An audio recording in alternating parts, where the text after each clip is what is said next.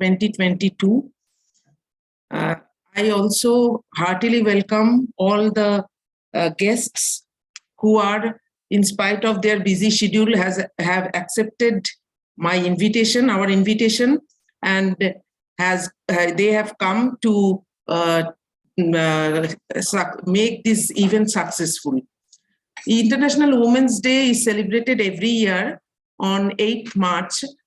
This day has been first commemorated by UNESCO in the year International Women's Year 1975. And this year's theme is to equal gender equality of today to make sustainability of tomorrow. So gender equality, it comes in all aspects of life, and all the three women whom we have got here for felicitation. They are successful in their own field of professional field and professional activities, and they will share their experience with us.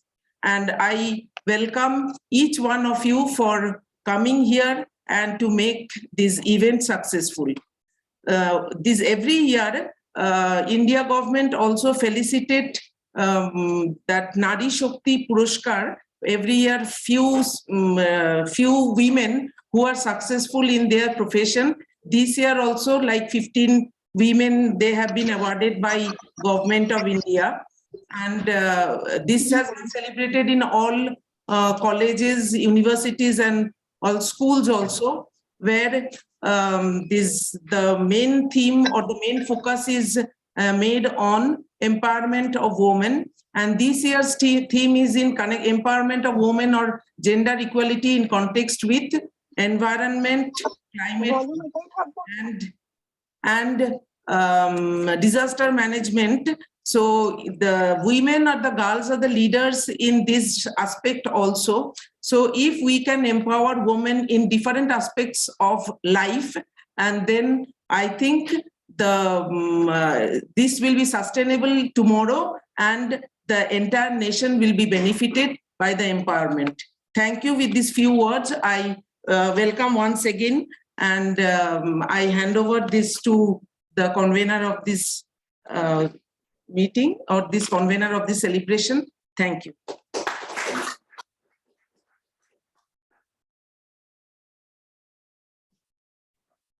Thank you, madam. We are privileged to have these three distinguished women with us, and this is the time to get introduced with them and listen to them. So you can take your seat in the front chairs, and I will call you one by one for your talk.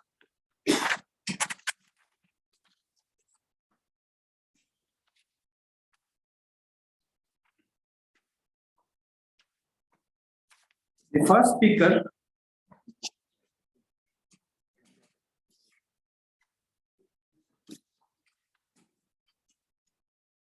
speaker is Srimati Aditi Bandyopadhyay. She is a medical doctor with MBBS from Calcutta National Medical College and MD in Physiology from West Bengal University of Health Sciences. She had training in intervention and management of autism, initially at Thompson Center for Autism in Columbia, Missouri, USA. Since then, and even after returning to India in 2011, Dr. Aditi has been actively involved as an advocate for right of person with autism and other neurodevelopmental delays. Though she is a physician by profession and a medical faculty, she has a parallel interest and identity as an Indian classical Odissi dancer and was a disciple of legendary Guru Padma Vibhushan Kelucharan Mahapatra. She is a dance and movement therapy practitioner. She has more than 25 years of experience as Odissi dancer, as a performer, choreographer, and instructor, and had run her own dance institution earlier named Nrityonil, and thereafter was one of the founder member of MU Dance and Recreation Association, Mudra, at University of Missouri. For the last 4 years, she is a resource person conducting workshops on autism awareness and its neurophysiology for faculty and students at IIM Kozhikode, Calcutta University, Jadavpur University, etc. She also delivered lectures and conducted workshops at different CBSE schools, colleges, universities, and organizations that cater to special need group and focuses on inclusion. She had been interviewed at different Doordarshan programs for general awareness of people about need of people with special needs and how to train them through Prasar Bharati programs on Doordarshan regarding management and mainstreaming of people with special needs. She had been awarded with the coveted IUEF Stri Shakti Samman, MU Chancellor's Award from University of Missouri, US, and Jadu Bhatto Puraskar, among other awards and felicitations from the state and central government of India. Dr. Aditi is also the founder trustee of Shammo Foundation for Special Needs, catering to various needs of about 250 children with multiple developmental disabilities. She is a mother of a teenager son on the autism spectrum, who according to her is her chief mentor in the journey with autism. Dr. Aditi is presently a clinical faculty in medical physiology at West Bengal University of Health Sciences, posted at the Postgraduate Institution of Medical Education and Research, SSKM Hospital. Today, she will be talking on empowerment of women in the world of special needs. I respectfully call Dr. Srimati Aditi Bandyopadhyay to take the stage and deliver her talk.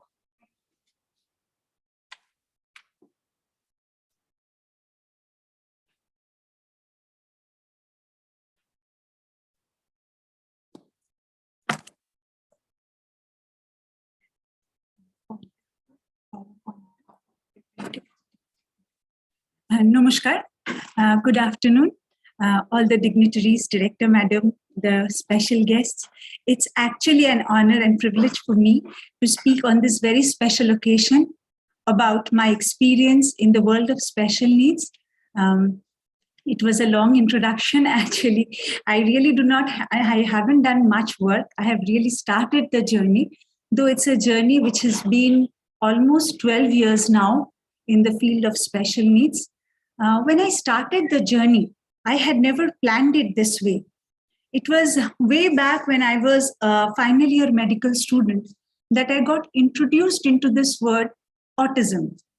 I was a dancer, and one of my, right now he happens to be my head of the department of physiology, Professor Arnav Sengupta. At that time, he was my teacher in college, in Calcutta National Medical College.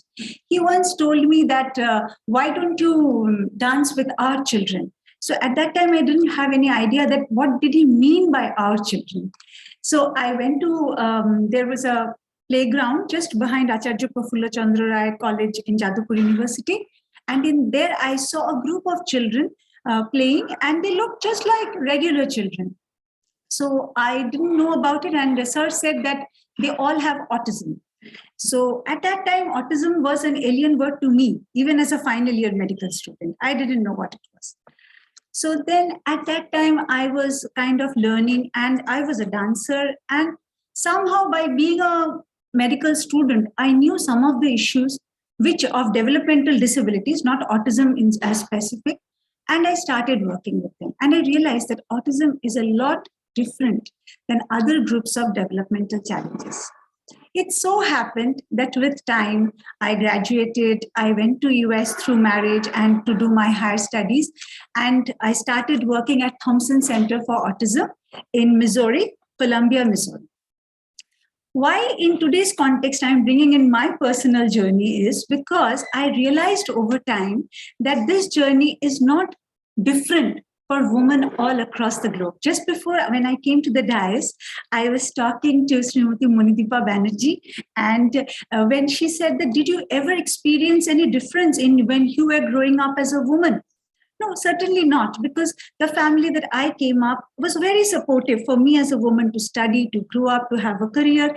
But when I became a mother, I realized that there was a difference, and this difference was common to all women across the globe.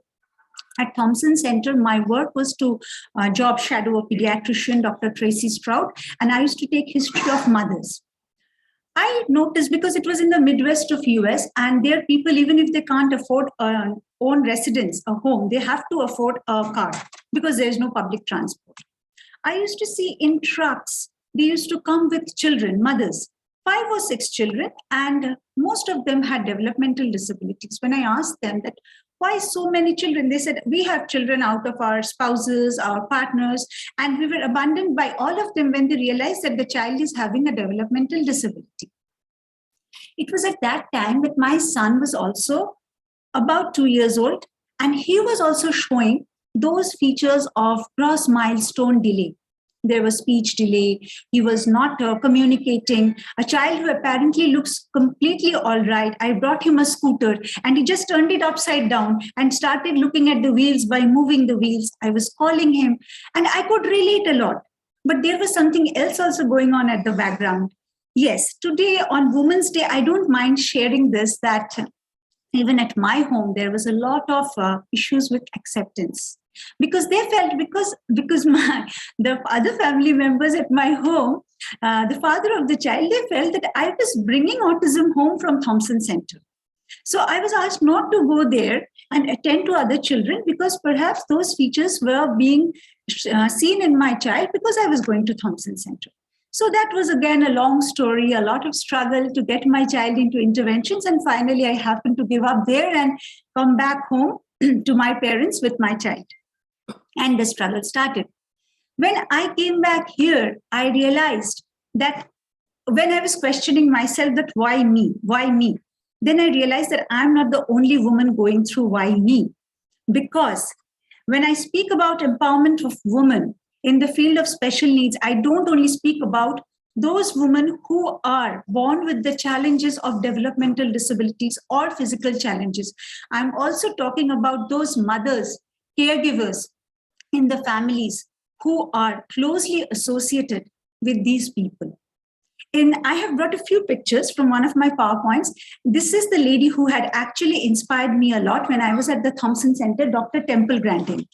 You might have heard about her name. She's one of the pioneers, self-advocate, having autism.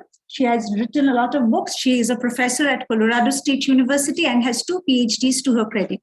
I happened to meet her at that time as a medical student at Thompson Center. That's me, about 12 years back. So then I realized that, but again, as we know that autism is a big spectrum, not everyone will have 2 PhDs to their credit, but it's a big spectrum. And when I started talking to Dr. Temple Grandin, till now I am in communication with her over emails, not very regularly though, I realized that this empowerment started when, if we watch this movie, the reason I have this picture of this movie, HBO movie on her life, Temple Grandin, it started with her mother. The mothers, the caregivers who are constantly associated with children with special needs, even when they grow up, it's a totally different story.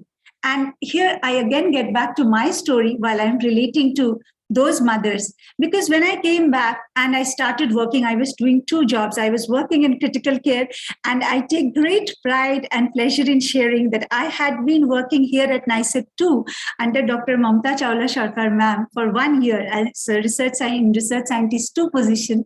And at that time, I was going through an immense struggle of my life. And she had been one of the women who had helped me and supported me at that time a lot when I was struggling with my child. I did my post-graduation and decided to move from critical care to medical education and set up Samya Foundation. Samya Foundation for Special Needs was set up by me and one of my friends who is also, she's not a mother though, but she has been mothering so many children with special needs as a big support, as an interventionist. And we decided to empower mothers, how to work with the families. Now, I will bring before you 2-3 stories that I have come across. There was this one mother of a little child who is still 5 years old.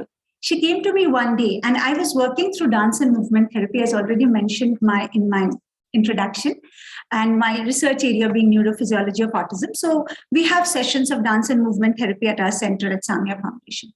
So this child's mother comes up to me saying, ma'am, I don't know what to do with my child. Is there any center who can adopt a child with autism? And I said, why? What's wrong with that? She said, I had a child after 10 years with artificial insemination. And my parents had to pay for the entire process of in vitro fertilization. But when this child started manifesting features of autism, the child was denied from the family. They are not willing to accept this child anymore because this child has autism. Second mother of a child who is a teenager who's 16 years old. And he's the child of one of the very well-known, reputed physicians of Kolkata. The father they are a physician couple, parents are a physician couple, and the father almost every day tells the mother that just because your grandfather had Parkinson's, this child is born with autism. There are so many stories to share with you every day that I encounter with mothers that I work with. So I keep telling them that you have to learn the processes, the different therapies that we do for our children. They're very expensive.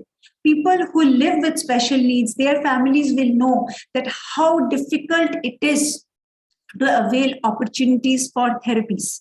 They're very expensive and they are mostly available in cities, not in the rural areas. I have worked myself in rural areas, done screening camps, and there, they have only the other word for autism that they have is pagol. Till now, Bangla er kono pratishabd nei, shamagnota, they have said a lot of words, but they are not shamagno. They are not attomagno in their own word. Just because they have the lack of expression, lack of communication, lack of power of speaking out their mind, that doesn't make them shamagno. So finally, what people say? Pagul. So I have seen young boys and girls tied up in one room. Ratire shokale ekbar kore khabar dite jawa hoy. Mothers don't know what to do. So that had been my mission, to train these mothers, take the training myself, work with them. And the pandemic has again opened up another opportunity, though our children got confined at home and they were not getting ample opportunities to get the facilities of therapies, etc. But I could get the chance to talk to mothers in different areas and train them that how you can work with your child at home. But again, I want to tell you that this is not a journey of mothers alone. Because first thing that happens when a child is diagnosed with developmental disability, the blame game starts. I have seen grandparents coming to my office at Shamma Foundation and asking me that, do you think that there's something there in my daughter-in-law that can happen to this, that has come to this child? Then the other set of grandparents would come and say, do you think they had hidden something on the other side of the family for which autism appeared in this child? But let me tell you, as you all would know, because there are eminent scientists and physicians and people from the scientific fraternity and different other spheres, you know that the cause or the etiology of autism till date is not identified. There are different hypotheses, but till now, they are all at a research level. So there's no point in kind of figuring out where from it came, how it came. Rather, get the diagnosis. And even if you get the diagnosis and it is not, because till 3 years of age, we do not give the diagnosis of autism as per the central government rules. We do not. So there is an Indian scale for autism assessment, which labels a child with autism. Labels, I say, because sometimes it is essential to get the diagnosis to get the proper services. Now, when I come to empowerment of women in the world of special needs, I would like to talk about these autistic women when they grow up. They are often misunderstood because autism is an invisible disability. It doesn't show. You don't get to understand a person who has autism. The person might come and talk to you at length a lot of things about fans, lights, switches in this room, and to you it might seem that this person is a bit awkward. But that same woman might not be able to tell you that she has been abused or she has been ridiculed by people. She has been bullied. And this happens a lot when we come across women who are growing in high schools, in colleges, in job facilities. And if they see that this person has a diagnosis of autism, then even if the Rights for Persons with Disabilities Act says that this is not allowed, but still they are bullied, jeered at, and also they are under strong mental pressure every time in every sphere. And at that time, they don't have their mothers even by their side. So today, when I was coming here, I got to see a newspaper article. And that newspaper article was run by one of my friends, Jija Ghosh-Nag. She's a disability activist we know, who herself has cerebral palsy. She was telling that for us, Women's Day and World Disability Day has to be every day. We do agree. Women's Day is every day is a Women's Day. But there is an importance for Women's Day. Even 4 years back, I was talking in one of these such empowerment session at Mohor Kunjo. So I was asked to talk about rights of women with disabilities. Today I shared my personal journey as I was also requested to do that. So that day, let me just share with you, there was, I'm not mentioning the name, she was a social worker, a wonderful speaker, and she was telling women there at Mohor Kunja on that day how to get prepared even if the victim is raped. After that, how to prepare themselves, what to do next, and how not to get washed or remove evidence. And I was that day kind of shell-shocked. I was wondering that even if a woman is a victim of physical abuse, she has to mentally prepare herself that I can be a victim any day, and I have to prepare myself accordingly and keep that in my mind even if I'm abused. What will our women do then who are developmentally challenged, who do not have even they can't even tell you what they had for lunch that very day? They might be doing big mathematical calculations, but they might not be able to tell you that what is the date of that very day. So then what would happen to them? Until now, I haven't found an answer to it. I'm trying to figure out like what to do with mothers. We have these Mothers Meet programs, which is our community service program. I would like to show you just a few, how much time do I have? Okay, so I would just like to show, this is from one of my presentations, but I would like to show just a few pictures. We all know by now that in this hall, I'm sure you what autism is. And see, just I wanted to show you this picture. This is what an autistic child mostly looks at. So here we see this child is looking at all the fishes in this aquarium, it seems so. But if we take out all the fishes, still this child will also keep looking at this aquarium because this child is looking at the bubbles. This is visual stimming. So many a times, this autistic person in this room might keep staring at you and you might find it very awkward. But maybe that person, that woman or man is staring at the patterns in your attire, in your cloth, at your fabric. So please don't misjudge them. They at times just do not come across like you and me. They are different, but it is also okay to be different. And that has been my mission in life, to talk to people that it is okay to be different. Let's accept today being Women's Day, I want to say, let's accept all these women who themselves even don't know how to get prepared for adolescence, how to get prepared for marriage, if they get married or so, or how to get prepared for friendship or relationship. Let's not ridicule them. Let's understand that they can be different. We all are different at different times of the day. We all are. Even if I have a stroke today, I will behave differently because my brain wouldn't allow me to work accordingly. So this is a problem with the wiring of the brain. It's known as a disconnectivity disorder, where somewhere the wiring is not proper. We still don't know. We are yet figuring it out how it has happened to them. I have a small 1-minute film, if I am allowed to show, just the people, the children that I work with. And with that, I would like to conclude. Some help. In that folder. I want to go to my folder. Here, no? Folder is this. Open.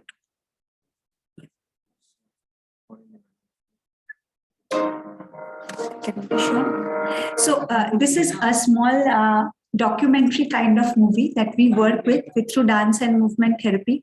We work on their attention span. We work on their how to make connection with the objects and people in their surroundings, which seems that they are not connecting, but just because they don't have that expression, they are unable to do so. So just a glimpse of that.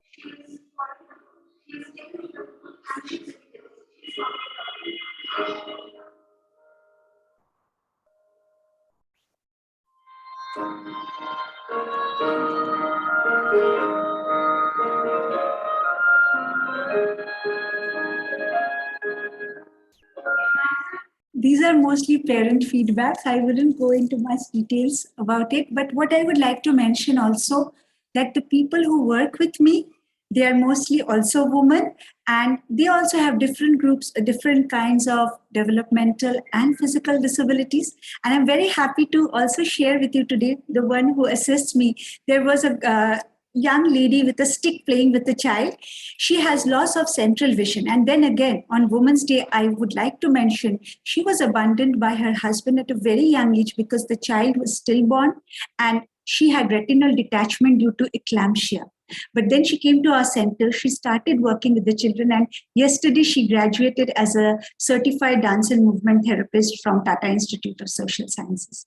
So that has been our aim, that empowerment of women in special needs means empowering the entire community, their families. We know every mother is born the day a child is born, but when a special needs child is born and it's diagnosed, the mother lives again a different childhood, which is not very similar to her own childhood. But a mother always desires, like any other mother, to live within her child. So thank you very much for giving me the chance to speak today.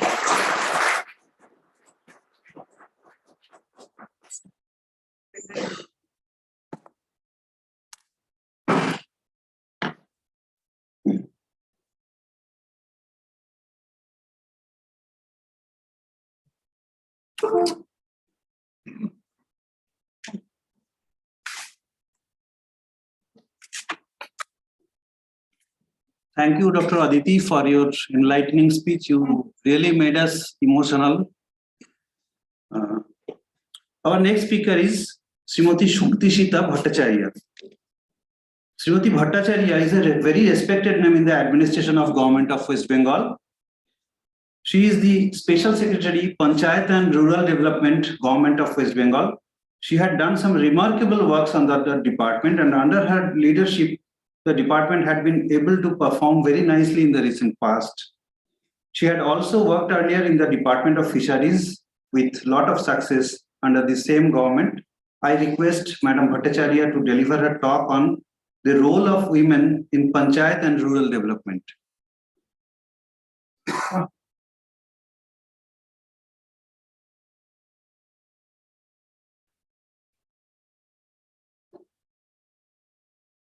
Thank you, Niced, for inviting me here.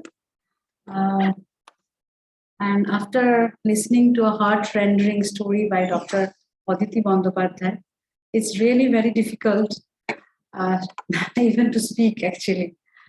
I'm really grateful to Aditi to speak her mind, especially when she was practically she was speaking her own experiences with other mothers and other caregivers on this special day. And she ended her note with so much of optimism. She was infusing her lesson among us that how we should react and how we should behave with otherness.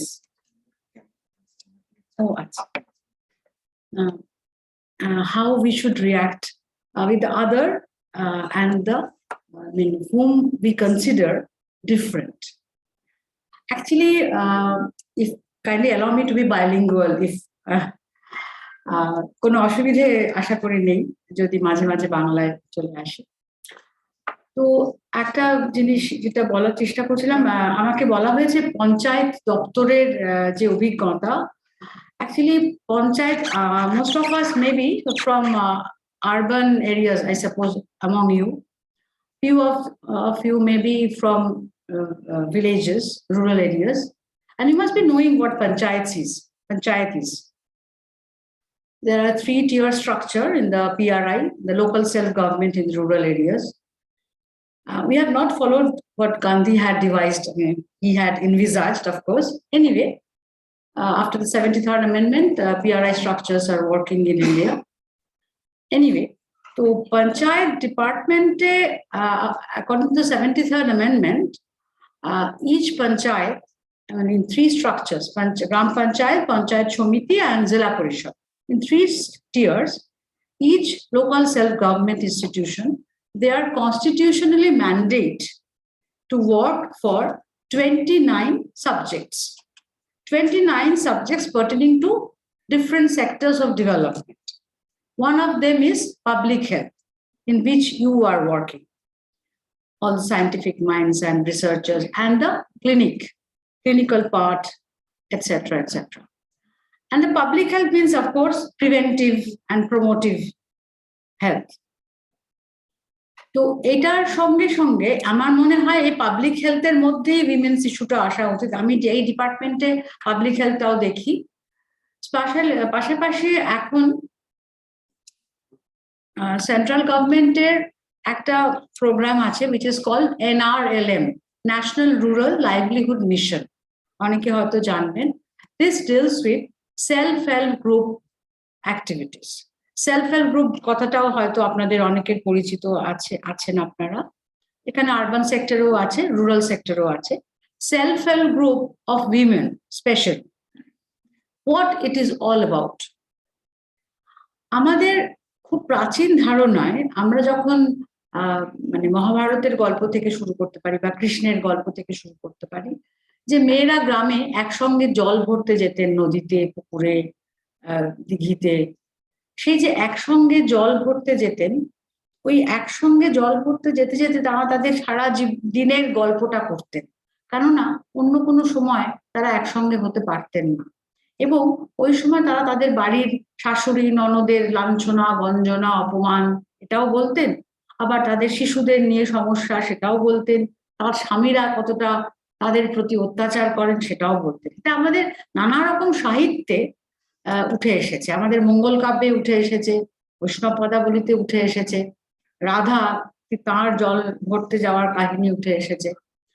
তো এই যে মেয়েদের একসঙ্গে গল্প করার জায়গা জল ভরা,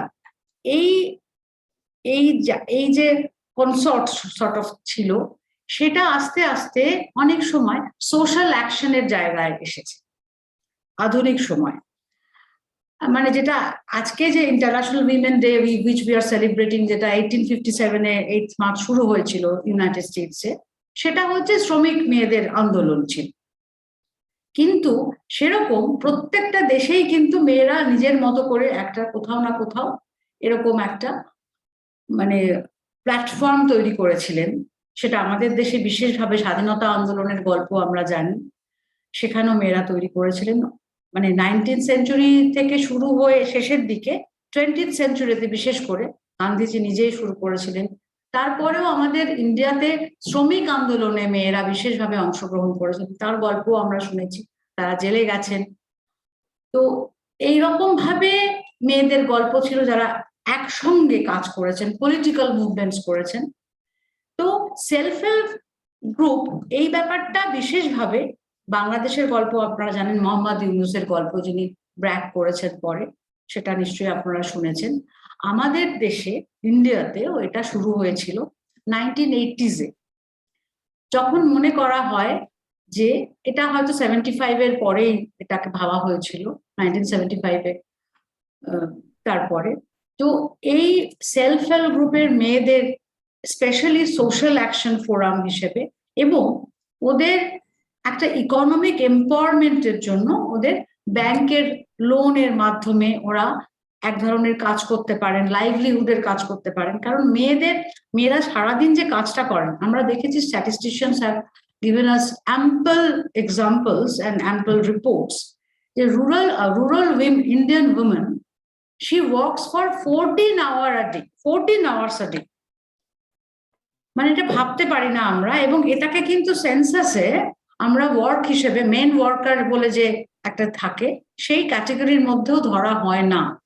অথচ একজন মহিলা, তিনি তার বাড়ির কাজ করেন, হাউস হোল্ডে কাজ করেন, she rears her children, she looks after her the old senior citizens, she cooks for the family, এবং তার সঙ্গে তিনি ফার্মিং অ্যাক্টিভিটিসে করেন, বাড়িতে তার গরু হাঁস মুরগি এইসব দেখা, এগুলো সব ইকোনমিক অ্যাক্টিভিটিস। কিন্তু এই কাজগুলোর একটাও যদি বন্ধ করে দেওয়া হতো, তাহলে কিন্তু ওই ফ্যামিলিকে এই কাজগুলোর জন্য টাকা খরচ করে এই কাজগুলো করাতে হতো। তো অ্যাকচুয়ালি এগুলো সবই ইকোনমিক অ্যাক্টিভিটি, কিন্তু এগুলো সাইলেন্সড। These are never pronounced as economic activities. তো এই জন্য এই মেয়েদের বলা হলো যে তাদের হাতে যদি কোনো লোন নিয়ে তারা কোনো ইকোনমিক অ্যাক্টিভিটি করতে পারেন, তাহলে তাদের ফ্যামিলির মধ্যে তারা এম্পাওয়ার্ড হবেন, কিছুটা তাদের মর্যাদা বাড়বে। কিন্তু প্রথম যখন এটা গভর্নমেন্ট অফ ইন্ডিয়া শুরু করে, তাকে বলা হতো development of women and children in rural areas, ডোকরা প্রোগ্রাম ছিল। তো সেখানে খুব ভালো ভালো সোশ্যাল অ্যাকশনের কাজ, মানে আমি নিজে যখন when I was video in Nagrakata block of Jalpaiguri in 1995, মানে অনেকদিন আগে, তখন আমার মনে আছে it was the first year of pulse polio. মানে অনেক সবার হয়তো মনে নেই, পালস পোলিও প্রথম ইন্ডিয়াতে 1995 ডিসেম্বরে শুরু হয়। তো তখন যে ডোকরা গ্রুপ ছিল আমার ব্লকে, I appealed to all of them যে kindly help us just by whispering campaign, যে আপনি আপনার পাড়াতে, আপনার নেবারের মধ্যে, আপনার গ্রামের মধ্যে you just spread the messages যে কেন pulse polio, what pulse polio is, pulse কথাটা আমরা জানি, what pulse polio means and why we should participate in pulse polio program, এইটুকু ওদের আমাকে বুঝিয়ে দিতে হয়েছিল। এবং ওরা fantastic, it was a fantastic result I got. আমার ব্লক হাইয়েস্ট হয়েছিল, 97% আমরা অ্যাচিভ করেছিলাম। আমার এখনো গায়ে কাঁটা দেয় ভাবলে কিভাবে ওরা এগিয়ে এসেছিলেন। এই ডোকরার মেয়েরা, তারা বুঝতে পেরেছিলেন যে তাদের গ্রামে, তাদের বাচ্চাদের জন্য, তাদের পরিবারের জন্য, তাদের নেবারহুডের জন্য, তাদের গ্রামের জন্য তারা এই কাজটা করা উচিত। আসলে পালস পোলিও একটা public health programme, that is why. তো এরপরে এটা ইভলভ করে ডোকরা থেকে, এটা ইভলভ করেছিল Swarna Jayanti Gram Swarozgar Yojana, SGSY। It evolve into that programme self help গ্রুপে। সেখানেও কিন্তু ব্যাংক লোনটাকে প্রাধান্য দেওয়া হয়েছিল, capacity building of the women for livelihood activities. তো তারপরে এখন since 2011 it is called NRLM, national rural livelihood mission programme. এখানেও লাইভলিহুডটাকে খুব বেশি জোর দেওয়া হচ্ছে, পাশাপাশি social inclusion and social development. মানে আমাদের গ্রামের মেয়েরা সত্যি অনেকে জানেন না নিউট্রিশন তারা কোথা থেকে পাবে, যেটা ডক্টর বন্দ্যোপাধ্যায় বলছিলেন অটিজমের কথা, সেটা একরকম। আমাদের এখনো, আপনারা IMR MMR এর হিসেব হয়তো আপনারা জানেন, এখনো মানে ওয়েস্ট বেঙ্গলেও সেটা খুব যে হাই, সেটা আমরা মানে এখন আমার এক্স্যাক্টলি মনে নেই, 70 কমে এসেছে, তাও এক্স্যাক্টলি আমার স্ট্যাটিস্টিক্সটা মনে পড়ছে না। আগের থেকে ডেফিনেটলি অনেক কমেছে IMR MMR, কিন্তু এখনো আমরা অতটা ভালো জায়গায় এসেছি কিনা বুঝতে পারছি না। 2019 এর NFHS ডেটাটা আমার এক্স্যাক্টলি মনে পড়ছে না। তো এইটার মধ্যে মানে এখনো কিন্তু আমাদের মেয়েদের মধ্যে অ্যানিমিয়া, সেটা আপনারা সবাই জানেন যে স্পেশালি অ্যামং উইমেন অ্যানিমিয়াটা কতটা প্রবল। মানে আমাদের এখনো যখন আমরা SISD-র কথা বলছি, এখনো ফার্স্টে এবং দ্য সেলফ হেল্প গ্রুপস আমাদের বলতে হচ্ছে যে মেয়েদের মধ্যে অ্যানিমিয়াটা কতটা বেশি, চিলড্রেন বিলো 5 চিলড্রেনের মধ্যে অ্যানিমিয়া কতটা বেশি। এবং just because pregnant women they do not get enough nutrition, যেটা আমাদের পাওয়া উচিত সেটা পান না বলে, এবং তাদের ওই মানে যেটা অ্যাডোলেসেন্ট মেয়েদের বিয়ে হয়ে যাচ্ছে বলে, চাইল্ড ম্যারেজ হচ্ছে বলে, এবং লকডাউনে চাইল্ড ম্যারেজ এত বেড়ে গেছে, ওয়েস্ট বেঙ্গল বোধহয় এখন সেকেন্ড হয়ে গেছে, যেটা আগে অনেক কমে গিয়েছিল। West Bengal is now second in child marriage in India. এটা খুবই খারাপ হয়েছে, লকডাউনের মধ্যে এটা ঘটেছে।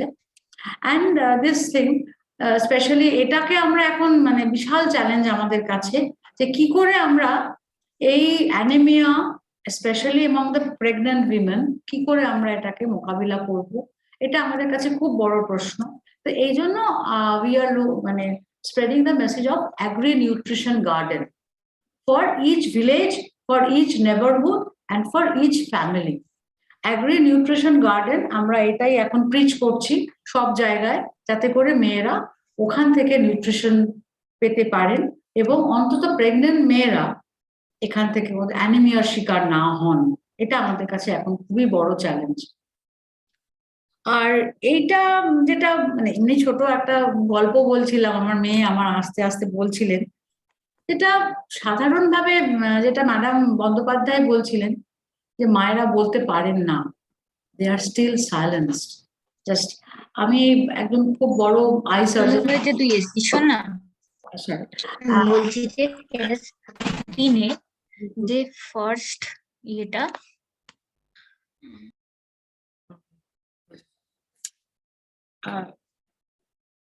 what he was recounting to me, যে he had met a mother in Goshaba block, and the remote elaka of South 24 Parganas.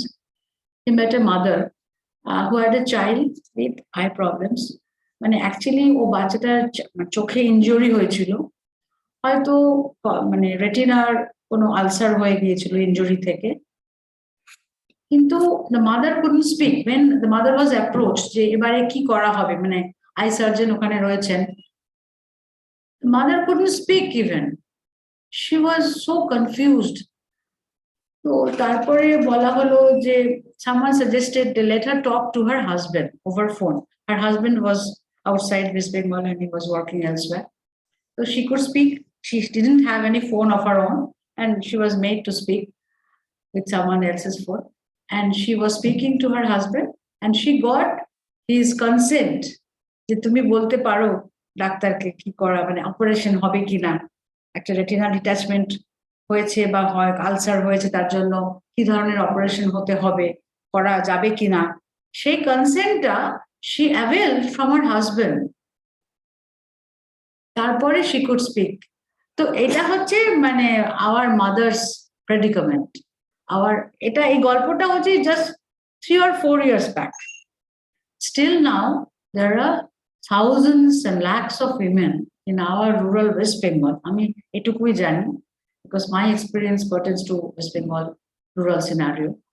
So this is happening with mothers of rural West Bengal, that they cannot speak their minds about what their children should become, grow, and about their own food.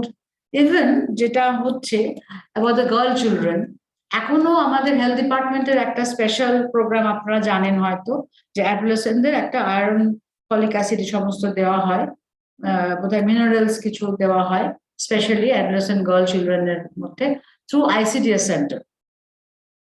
Just because তারা নিশ্চয়ই বাড়িতে পায় না, সেজন্য health ডিপার্টমেন্টকে এই প্রোগ্রামটা রাখতে হয়েছে। তো এটা হচ্ছে আমাদের রিয়ালিটি।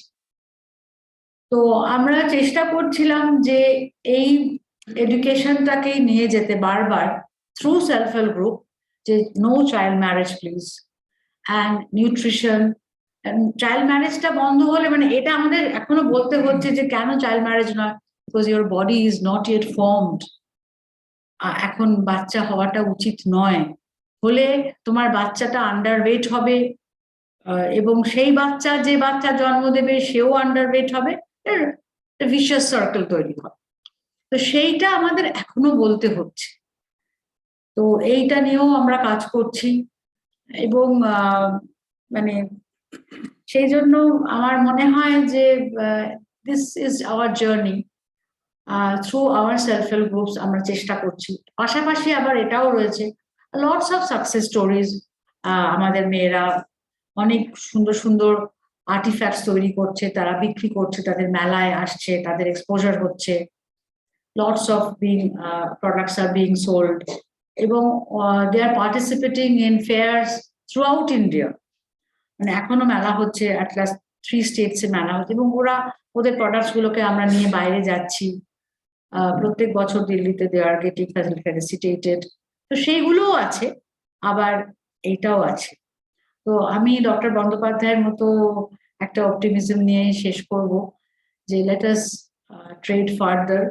এবং আমার মনে হয় সেলফ হেল্প গ্রুপের হাতে যদি আমরা এই এম্পাওয়ারমেন্টটা এইটা দিতে পারি যে তারা নিজেরা কথা বলতে পারবেন, they would be able to speak out their minds, এটা আমরা করতে চাইছি লাইভলিহুডটাকে এনহ্যান্স করে। কারণ লাইভলিহুডটাকে এনহ্যান্স করলে তারা ফ্যামিলিতে তাদের একটা মর্যাদা বাড়বে, এবং their speech will be taken as something to be well dependable. তারাও ডিপেন্ডেবল ফ্যামিলি মেম্বার হিসেবে তারা স্বীকৃত হবে। So this is for what I could tell you. এবং আমি মনে করি আমার পরবর্তী বক্তা, তার বিশাল অভিজ্ঞতা আছে, মিস ব্যানার্জি, তার কাছ থেকেও আমরা শুনবো। এবং আপনাদের কাছে আমার একটা অনুরোধ হচ্ছে, যেটা আমি ওদের জানিয়েছিলাম ডক্টর গাঙ্গুলিকে, যে আপনারাও এই ধরনের মেয়ে আমাদের, আমি যদি খুব খুশি হব যদি আপনারা কোথাও কোনো সেলফ হেল্প গ্রুপের মেয়েরা যারা এগিয়ে এসেছেন, তারা বলতে পারছেন তাদের কথা। এখন আমরা ভাবছিলাম যে গ্রামের মেয়েদের কিছু, বিশেষ করে জল সখী বলে একটা ক্যাডার তৈরি করার কথা। যে এখন আপনারা বোধহয় জানেন যে ওয়েস্ট বেঙ্গল গভর্নমেন্ট অফ ইন্ডিয়াও ভাবছেন, ওয়েস্ট বেঙ্গল গভর্নমেন্টও ভাবছেন যে প্রত্যেক বাড়িতে water line, water pipe water line supply করার কথা। তো মেয়েদের এই ট্যাপ সারাই করা বা পাইপলাইন লে করার কাজটা যদি ওরা শিখতে পারে, তাহলে কি হবে, ওদের কমিউনিটিতে দে উইল বি অ্যাকসেপ্টেড, মানে আরেকটু অন্যরকম ভাবে দে উইল বি অ্যাকসেপ্টেড। তো এটা মহারাষ্ট্রে কিন্তু শুরু হয়েছে। মহারাষ্ট্রে সেলফ হেল্প গ্রুপের মেয়েরা ইলেকট্রিশিয়ানস হিসেবে কাজ করতে শুরু করেছে। তো we are trying to follow that line, যে ইফ জল সখী cadre could be developed in West Bengal, if এরকম প্লাম্বার তৈরি করা, এবং এটা খুবই দরকার। এমনিতে আমরা প্লাম্বার পাই না, আপনারা দেখেছেন শহরেও প্লাম্বার পাওয়াটা খুব মুশকিল। তো এরকম প্লাম্বার যদি আমরা তৈরি করতে পারি, তাহলে সোসাইটিতে ওদের দাম অনেক বাড়বে। তো এইভাবে আস্তে আস্তে যে মূল্যটা আমরা পাই না অ্যাজ উইমেন, সেটাও বাড়বে। তো আপনাদের আরেকবার অনেক ধন্যবাদ এখানে কথা বলতে পারার জন্য। এবং আমি আপনাদের বারবার বলবো, আমাদের ওয়েস্ট বেঙ্গলে আমাদের একটা আরবান হাব আছে ঢাকুরিয়া, বিসাইড মধুসূদন মঞ্চ। আমি আপনাদের সকলকে অনুরোধ করবো to please visit that place. It is দক্ষিণাপনের পাশে, মধুসূদন মঞ্চের একদম গায়ে। ইটস কল সৃষ্টিশ্রী, ওই বিল্ডিংটার নাম সৃষ্টিশ্রী। দ্য 23 ডিস্ট্রিক্টস থেকে ওখানে জিনিস প্রোডাক্টস এনে রাখা হয়। আপনারা প্লিজ ওটা ভিজিট করবেন এবং কিনবেন, তাহলে মেয়েরা খুব উৎসাহিত হবে। এবং আপনাদের কাছ থেকেও এই সিম্প্যাথি, শুধু সিম্প্যাথি নয়, এমপ্যাথি আই শুড সে, এটা আশা করব। ধন্যবাদ।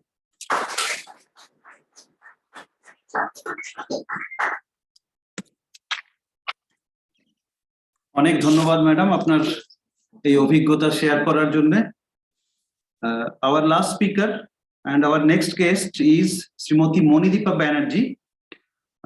Monideepa Banerjee is an independent journalist who in her career with newspaper and television over the last 40 years from Calcutta has become a familiar name and face across the country.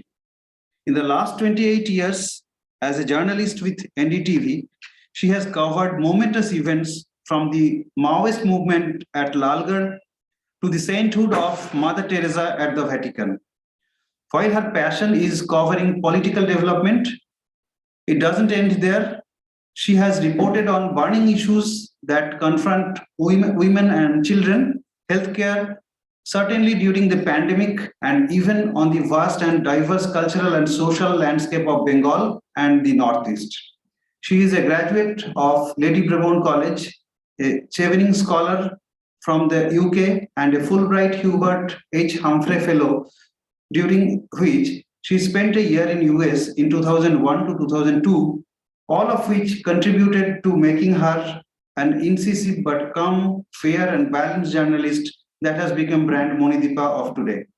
I request Srimati Banerjee to deliver a talk on the role of women in the media and the different perspectives they bring into the profession. I just want to share a small event.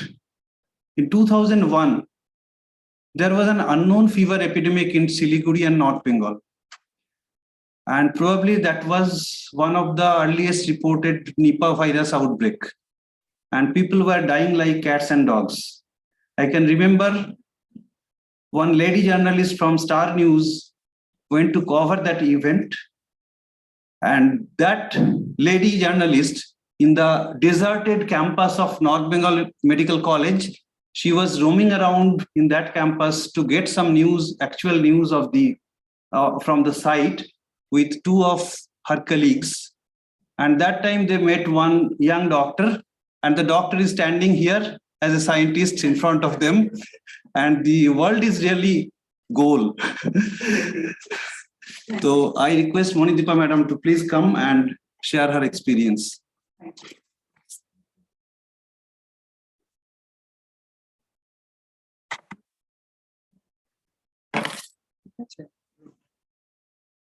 Is this okay?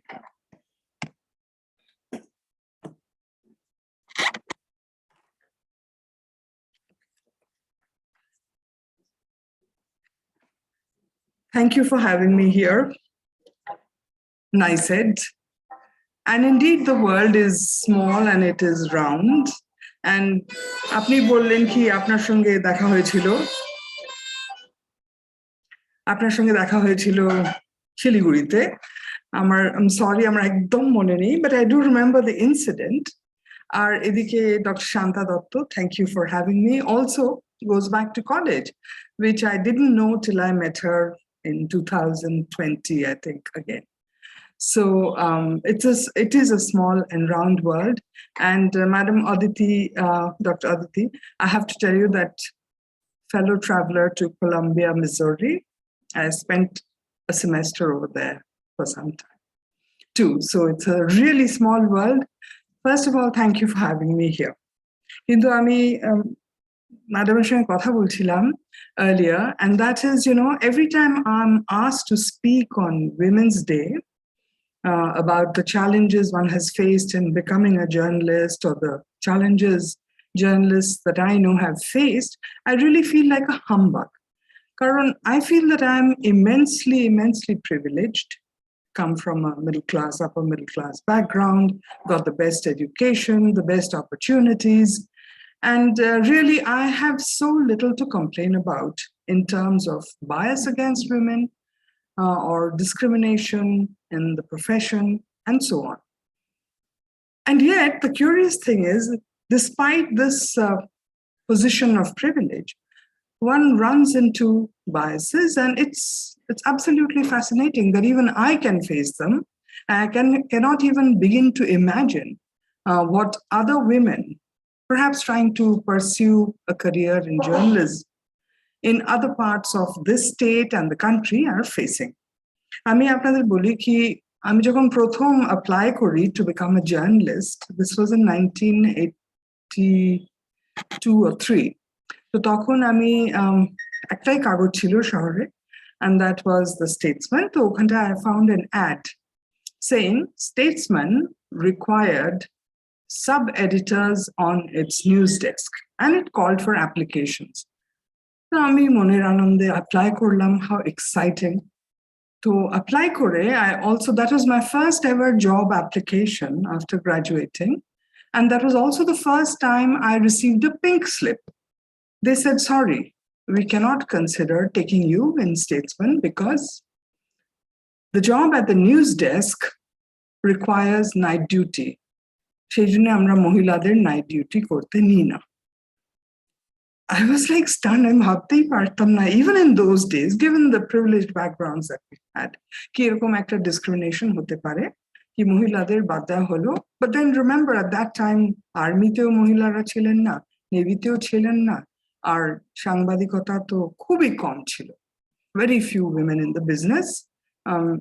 Are, you know, pink slip আমি পেয়ে গেলাম প্রথম job application এর পরে, it was very depressing. তারপরে almost simultaneously telegraph newspaperটা আরম্ভ হলো, এবং a few days later again statesman-এই আমি দেখলাম একটা ad for the same thing, news desk, sub editor, the telegraph. তো ওখানটায় apply করলাম, করে I was called like many other women who were also called for the job interview, and I got the job and I was delighted. তো news desk-এ আমি কাজ আরম্ভ করলাম, night duty হতো, রাত্রির 2টোর সময় বাড়ি ফিরতাম। My parents were a bit alarmed কি রাত্রির 2টোর সময় অফিস থেকে গাড়ি দিত and all that, fine, but still, you know, অসময় আর মেয়ে বাড়িতে ফিরছে, you know, they were okay with it eventually. তো যাই হোক, ওখানটায় গিয়েও প্রচুর মেয়েরা দেখলাম, they were entering this field of journalism, and for that I have to thank the Telegraph, কি প্রচুর মেয়ে ছিল। But ওখানটায় আমাদের যে এডিটর ছিলেন তখন, Mr. M.J. Akbar, he had a peculiar bias. সারা দেশে there were women reporters for the Telegraph. Some of them are very famous. Tavleen Singh in Delhi, or Anita Pratap, who later worked for CNN in Chennai, Louis Fernandez, Bangalore, Olga Tellis, Bombay. I can just go on. And a maximum mohilara baire, Kolkatar baire, Boro Center, there were women reporters. But in Kolkata, for some reason, Mr. Akbar had a bias. He would not allow women to report in Kolkata. We don't have no idea why. Kanta reporting it, tokon bureau was full of men, and the women were doing features or they were on the desk or something. So that was another kind of bias which I never understood. And যখন one wants to become a সাংবাদিক, you want to be a reporter. So in a way, it was a good thing. যেহেতু এখানটায় কোনো chance ছিল না reporting করার, আমি তখন বেরিয়ে গেলাম after a couple of years with great experience. বেরিয়ে গিয়ে I looked for a writing job. The writing job খুঁজতে খুঁজতে একটা পেলাম finally, and that was with a very small magazine. আপনারা বোধহয় নামও শোনেননি হয়তো। It was called Onlooker, and it was to come out of Mumbai. And the editor was somebody whose name is a little familiar, Rajat Sharma. He was the editor. So উনি আমাকে চাকরিটা দিলেন, correspondent in Bengal for Onlooker, and I was very delighted. কিন্তু করেই উনি আমাকে একটা assignment দিলেন. My first assignment was you have to do a cover story on football. So তখন আমি দেখলাম কি, oh my God, you know, I said, look, I know nothing about football. I have never played it. So how on earth do I do a story on football? And that too a cover story. কোথায় মোহনবাগান, কোথায় east Bengal, Mohammedan sporting, কিছুই জানতাম না। আর those were the days, if you all are interested in football, যেখানটায় club change হতো, and you know, we were getting a lot of players from outside, and তাদের, you know, এখন যেরকম IPL এ auction হয় ওরকম অবস্থা হতো, and I had no idea about all that. So then I realized that he said that you have to do it. So what? You know, you don't know anything about football. A journalist's job is to find out and do it. So I did it. But I realized that I had also internalized a certain misogyny within me that, oh, I'm a woman, I can't do football. So that was the first time I sort of practically overcame that kind of, you know, internalized patriarchy, internalized misogyny. I did a cover story on football. It wasn't so bad. Kharab chilo na. So that is how one started one's journey as a reporter. And then I found along the way that there are more and more women coming into the field of reporting. A Telegraph, 1987, 89, finally gave Kolkata, there were Mohila reporters. So it was a challenge. It was interesting, but still I feel that I was in a privileged position, and you know, one was sort of trotting ahead in my career. Then came television, which was a completely different ball game. I will claim for myself some credit in, in a way, being one of the first women television reporters out of Bengal. And the experience I had was hugely enriching. And this was before I joined NDTV, of course. And then came along NDTV in 1994. But tarpore, it was in a way, the rest is history, as they say. But the kind of opportunities one got to report were phenomenal.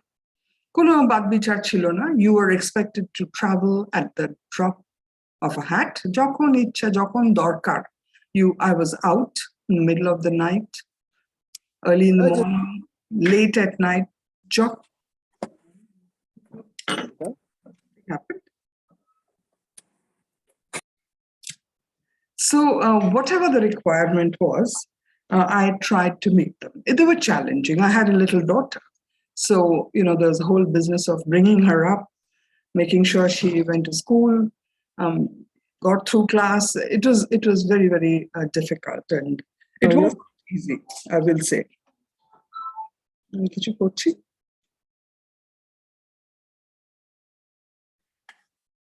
So তখন I remember many years ago এরকম একটা story করতে করতে, and at that time things like Swachh Bharat and all didn't happen. I'm talking about mid 90s, late 90s.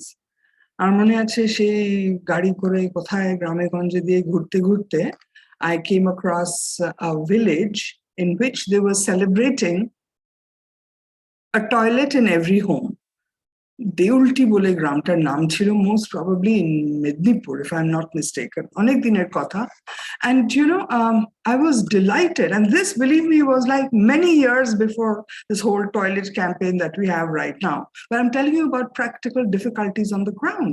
You are traveling with 3 or 4 male colleagues in a car into the wild unknown. And, the simple task of using a washroom becomes such a huge challenge. So I actually, went to this village where there was a toilet in every home. Different matter that toilet, a khor gada kore rakha chilo ba onno kichu rakha chilo, but just tala mara chilo, people were not using it. But I was so delighted that I actually did a report on that. That, there is this village in Bengal in the middle of nowhere where there are toilets in every home, underused, misused, but it's there. So sometimes I feel that, this sensibility of the need for a toilet in the house, in every village in the country, probably wouldn't have really come to the fore if women were not out there reporting. Apni bhabun ekta purush reporter she jodi jeto, it would have been unremarkable ki prottekta ghore toilet ache. It's not important because it's not important for him. But from the women's perspective, the view changes. And I think that is a hugely important factor about having women in this profession, where she can bring a different point of view to the story that a man cannot. Aditi here was talking about a mother who has an autistic child. I mean, her point of view is going to be very different from the male, the husband, the father, simply because she has to deal with it all the time. And therefore, her view of the problem will be different from a male counterpart or male caregiver who probably spends less time. The same is with the journalism situation. Women perspectives are coming into play more and more, and that is, I think, really, really beneficial. Oneke bole, oh, journalism is becoming feminist with a lot of women coming in and so on. But that is not the issue. I really think journalism is with women in them, is bringing a different perspective to the way stories are told, the kind of stories that are told, and so on.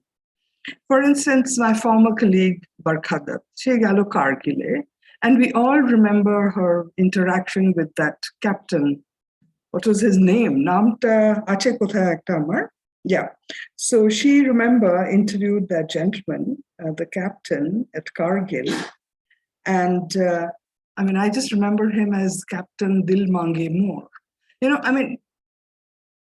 I think it was a new chapter in the way women were reporting things, including war. I can't imagine that a male reporter who went to the front line. I think somehow, because of our inherited patriarchies and misogynies, she হয়তো কথা বলতো কটা tank আছে, কটা plane যাচ্ছে, কটা soldier আছে, কটা বোম পড়লো.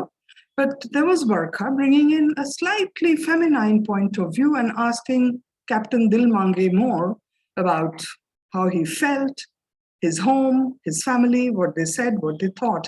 And somehow suddenly this faceless soldier became somebody sitting in our drawing room and talking to us. And I do think that was extremely creditable. And while there are many people who will feel Barkha is controversial, I still feel that she really gave everything that she did. A kind of human touch that now men reporters are also giving. I mean, people are now following in the footsteps of the way women are reporting stories. And today it is not so strange to find a male reporter talking about nutrition garden. তারা হয়তো এখন আজকে স্টোরিটা করবে, কিন্তু 10 বছর আগে, 15 বছর আগে, the male view would be very different for a story. Only problem was মহিলারা যত জার্নালিজমে আসছে এখনো, the problem within was somehow they were getting diverted to the soft stories, the feature stories, the lifestyle stories, entertainment, where all the hard news, the wars, the politics, all that was the preserve of the male reporter. Those are thankfully being broken and new perspectives coming in. Not to say that men are less sensitive than women, not at all. In fact, I think today, if we women can stand here and talk about empowerment, certainly a huge amount of credit has to go to men as well, because without their involvement in this, I don't think only women would have managed. Or maybe they would have, it would have been a tougher fight. But yes, indeed, women too, men too are very, very essential to this whole business of empowerment. I mean, think about the story that she told. And that is a woman who has a fallen retina. She has to ask her husband's permission to bring the matter up with a doctor. It is astounding. But this is the kind of thing that is still happening today in this country, in Bengal, where apparently women are much better off by and large. But again, from real life, I don't know if that's true. It really worries me. Amar barite in the last 30 years, je kojon mohila eshe kaj koreche amar barite. They work full time, they stay in the house. I think 99% of them are abandoned women, victims of domestic violence. Tara eshe bari barite kaj korche, the only source they have of income to perhaps even look after their children. So it is really, really difficult out there. In fact, it's there in your own home, nijer baritei dekhchi how challenging it is. And this perspective, I will talk about the problem that my domestic help faced and has therefore is now coming and working at my house. I will talk about that. But I doubt that a male householder would think about it even if he was a journalist. It's a normal thing that happens. Kintu from a women's perspective, I think this is the kind of different point of view that women reporters are bringing in to journalism. But it's wrong to say that, there is a general perception of Mohilara, they do the light stuff, they do lifestyle, fashion, entertainment, and so on. It's not true. Ajke apni you put on the TV and out in Ukraine also, you will see many of the reporters on the ground, international reporters, many, many of them are women and doing brilliant, brilliant jobs. Even in India, say the business of business journalism, Mohilara korte parbe, you would think, but you will all recall Harshad Mehta. Does anybody remember? The scamster? I mean, the woman who exposed him, the woman journalist who exposed him was a lady, Sucheta Dalal. I mean, she's famous for that one big story that she did. Sports, a lot of women reporters now, আমাদের NDTV-তেও প্রচুর মহিলা reporter আছেন যারা sports cover করে, used to do it and are still doing it. Then there is, Barkha to Ache, plus all your anchors that you see, the star anchors on any television channel, English, Hindi, it's all women. There's Barkha, Nidhi, Navika, and so on. Huge number of them and doing brilliant jobs. And, it's happening. But the disbursement of this kind of empowerment of women across the country is different. Kolkata, I will not name the channel, but there's one channel in which there is only one woman reporter in Kolkata, Bangla ekta channel. তাকে আমি জিজ্ঞেস করলাম কি, why is that so? তোমাদের এত popular channel. Why is it that একটাই মহিলা reporter কলকাতার শহরে? So she said, কি জানি, ঠিক আছে, good thing, কিন্তু maybe I'm not anchor material. So herein, there is a little danger that she pointed at, and that is, প্রচুর মহিলা এখন টেলিভিশনে জয়েন করছে, also in print, but what is happening is a phenomenon called PYT. Does anybody know what is PYT? No raised hands? Okay, pretty young things. Even that is becoming a problem, definitely, especially in television news, where you have a young woman who is good looking, well dressed, well turned out, well spoken, and she's on TV really as a business proposition, because the TV's business is to grab the eyeball. Jara dekhche tara jeno thake, watch the television channel. And to do that, at least from the marketing point of view, there are many who believe that if it's a PYT on screen, you will get the eyeballs for longer and deeper than you would get if there was just a young man. So you will see a proliferation of a lot of young women anchors, women who, it is disrespectful to say that they are PYTs and therefore on screen inside your drawing room.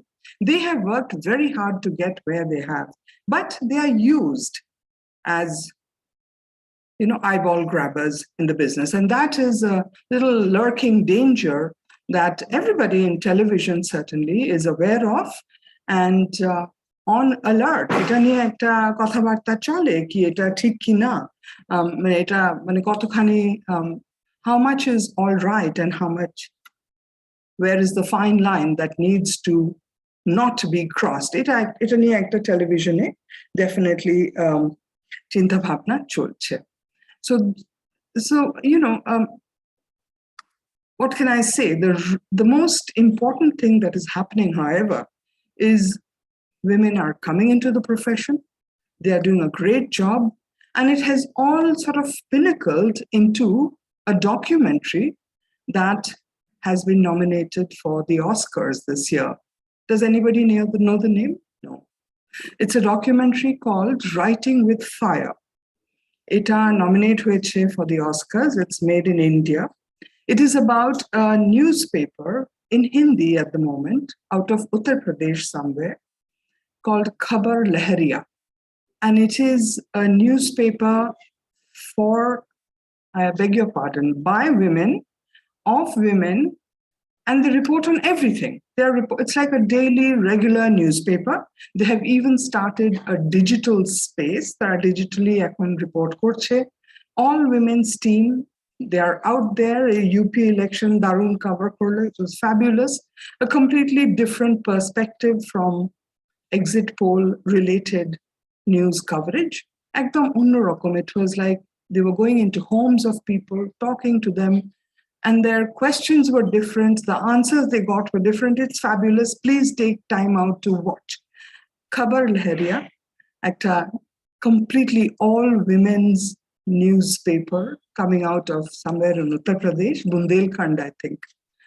একটা অন্য experience ওরা নিয়ে তুলে, they have sort of got up a new experience in the whole business of journalism by women for everybody. So that is also a documentary that has been made. Delhi, there is a young man and a woman.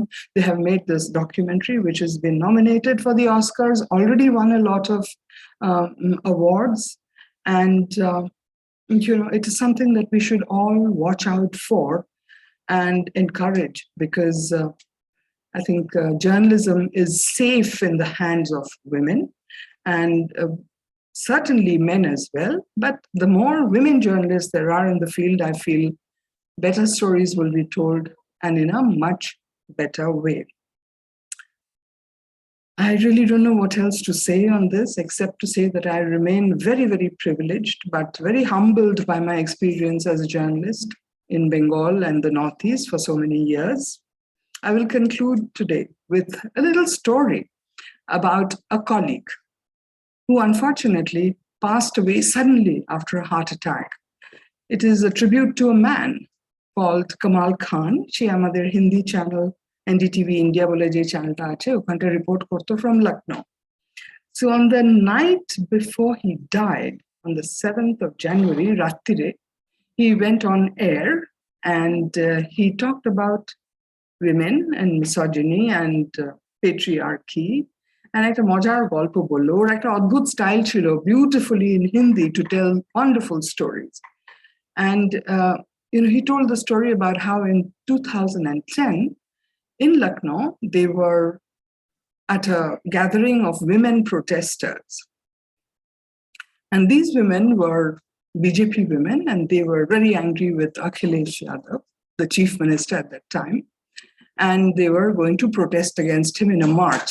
So a lot of water cannons were there and police was there. So hotat khub jhamela hote laglo and water cannons were, deployed. And the women ran, and so did the reporters, including Kamal Khan. They all ran for shelter.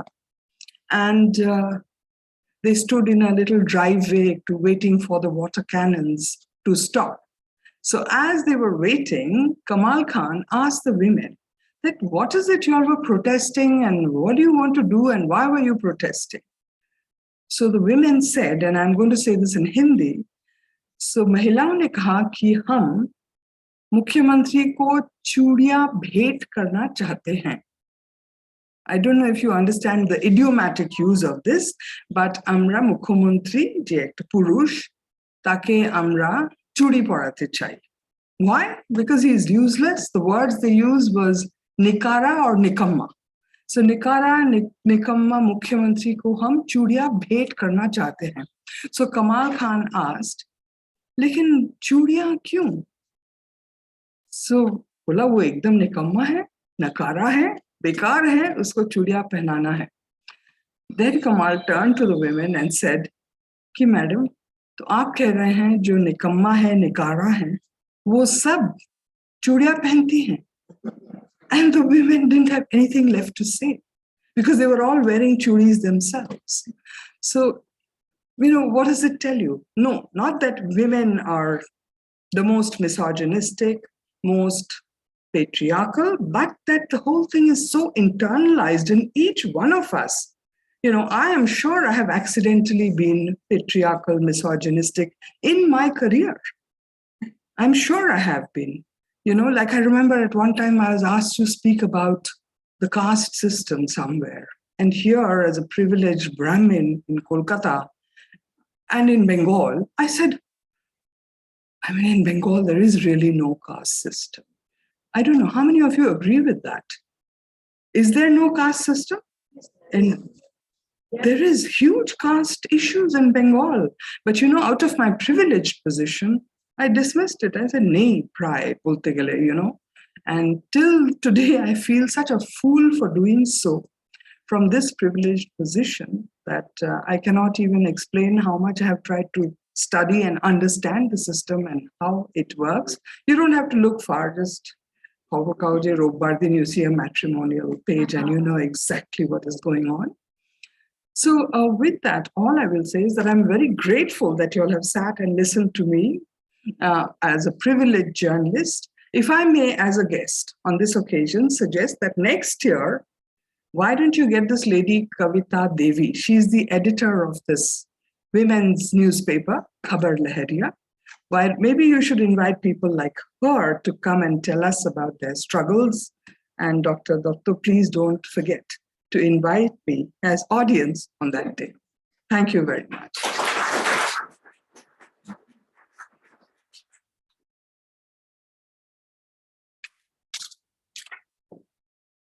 So thank you, Srimati Monideepa Banerjee, for your nice talk. And it was really a food for our thought.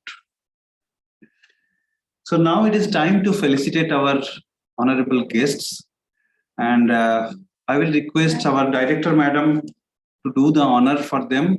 Madam.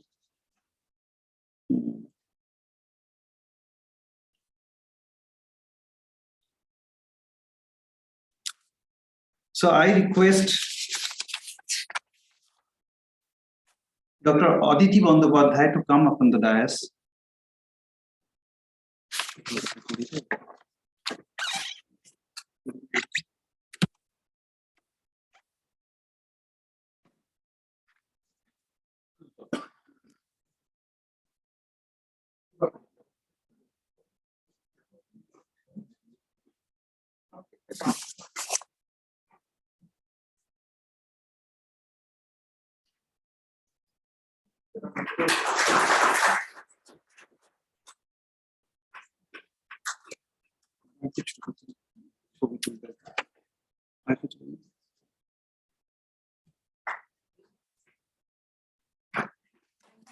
Thank you so much. For sharing invaluable experience.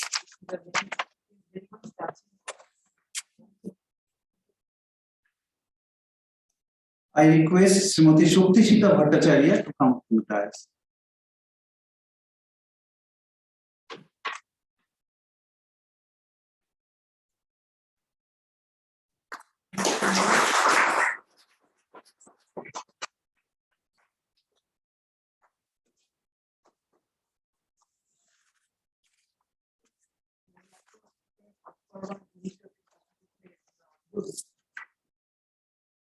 And finally, I request Srimati Monideepa Banerjee to come on the stage, please.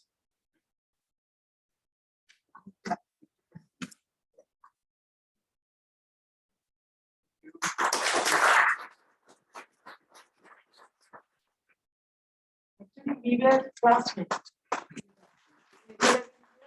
So I came to know about her, and she actually covered during COVID time. She covered our. Yeah. Lovely. Thank you. Yeah, thank you. Thank you so much. So with this pleasant experience, it is time to sum up now. So I now request Dr. Moumita Dotto, our own electron microscopist and scientist C. She is the member secretary of the Training and Extension Division of the Icmr-Niced, and she was behind a large part of the arrangement of today's program. So I request Dr. Moumita Dotto to come on the stage for the vote of thanks.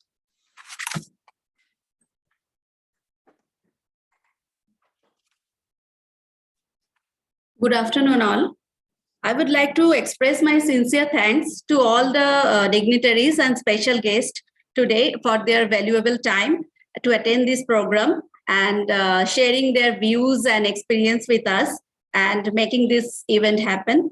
And next, I convey my request and thanks to our director, madam, for her vision, support, and enthusiasm behind the successful program and remaining the backbone of this institute. My sincere thanks to all my senior and junior colleagues for always supporting us in every possible way. I thankfully acknowledge our administrative officer, Mr. Gopakumar, our accounts officer, Mr. Ratan Chaudhary, and all the staff of administrative section and account sections for their help. My sincere thanks goes to my colleagues of Training and Extension Committee, like our chairperson, Dr. Sandip Mukhopadhyay, and Dr. Sandipan Ganguly, Dr. Falguni Debnath, Mrs. Papia De, and Shujit Odhikari for their help, and Mr. Sunil Barnett, Senior PS to the Director of this institute, and other staff of the institute for their extending their help to make this event a grand success. Thank you to all, and tea and snacks are being served outside. So have a great evening.